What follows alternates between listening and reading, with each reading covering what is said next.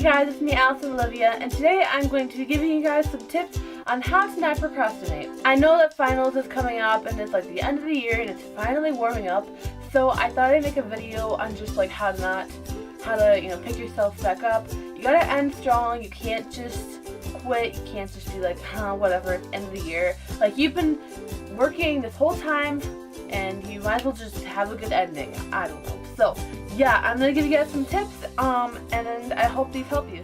So the first one I'm going to talk about is Quizlet, and if you know what Study Blue is, it's kind of the same thing. It's just like a online flashcard website, so you can put your information on there, and then you can just flip through the flashcards on there, and it's awesome because it's not just flashcards.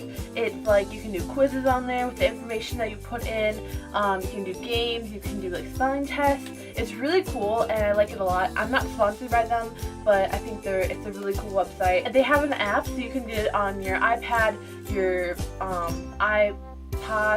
or iPhone, whatever. And I like it because in the morning when I'm on my way to school, I'm just sitting in the car and I flip through my flashcards before school, and I think that's just awesome. I love doing that so much, and it really helps me out. If you don't like doing it online, it's just flashcards in general are really awesome, but I like Quizlet because it just, there's so many options that you can do to help you study. Next, what you should do for this one is get a whiteboard and then put it in your room. It doesn't have to be too big, but not too small that you can't notice it in your room all the time. Then write everything that you need to do on that. So for example, I need to clean my makeup brushes, I need to do my homework, I need to study for this test, I need to clean my room, all that stuff, just write it on there, so then you get a repeated reminder that you need to do that stuff. I have that and I love it. It really helps me out all the time just to get everything done, and it really helps me remember what I need to do because I'm kind of forgetful. Okay, this is really random, but I find this really helpful. When you get home from school, you're probably really hungry and you just want to eat and eat and eat. You just want to avoid your homework. I'd say if you're allowed to do this, I usually take a granola bar or just something that's not spillable or something nice, and I bring it up to my room. And my room is pretty far from the kitchen. It's not that far, but it's far enough where I'm too lazy to get up to get something else to eat. By doing that, you're not wasting time on eating food, and it's also very healthy because you're not overeating any food or anything. So I like to do that a lot because it saves a lot of time. Sorry, this is a different frame, if I'm in a different spot. My battery went dead, so I had to get a new one. So yeah. Okay, so when you're doing homework, I recommend not playing music that you listen to all the time, music that you jam to that just will distract you from your homework. So I recommend just finding the right music for you. For me, I usually just don't even have music on.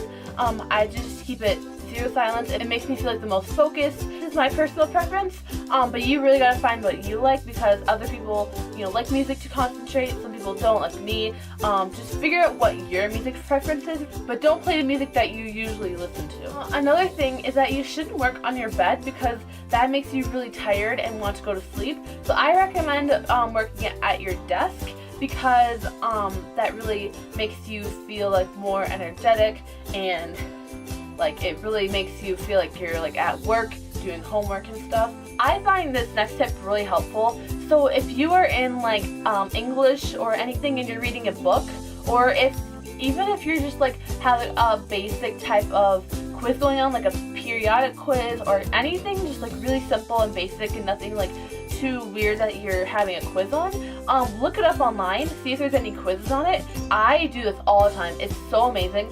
For books, I just look up the book quiz, and there's so many out there. You can just take the quizzes and they'll give you the answers back, and sometimes the teachers actually use those quiz questions on the actual test, which is, oh my god, I love when teachers do that. It's just really, I see your tricks now, but it's also awesome because you already took the quiz but it wasn't graded technically.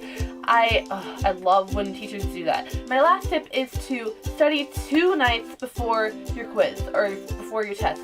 And if you don't know about it until the day before, you can't do anything about it, But if you do know about it, study 2 nights before, because they're probably going to do a review the day before the quiz. And then you just like know everything and the teacher's really impressed.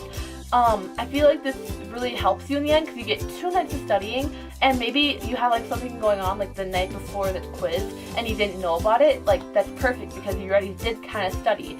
So definitely study 2 nights before, not 1 night before, 2, maybe even 3. I mean, just make sure you study a lot. Make sure you have enough time to study. Alright, so that is all my study tips, procrastinating tips, all that stuff. Thank you for watching. If you found this video helpful, please give it a thumbs up and comment down below any study tips that you have. Make sure to check out Beautiful Minds. I talk about this all the time, but it's my collab channel I'm in, and it'll be linked down below, or so for people to audition. Thank you for watching, and I'll see you later. Bye!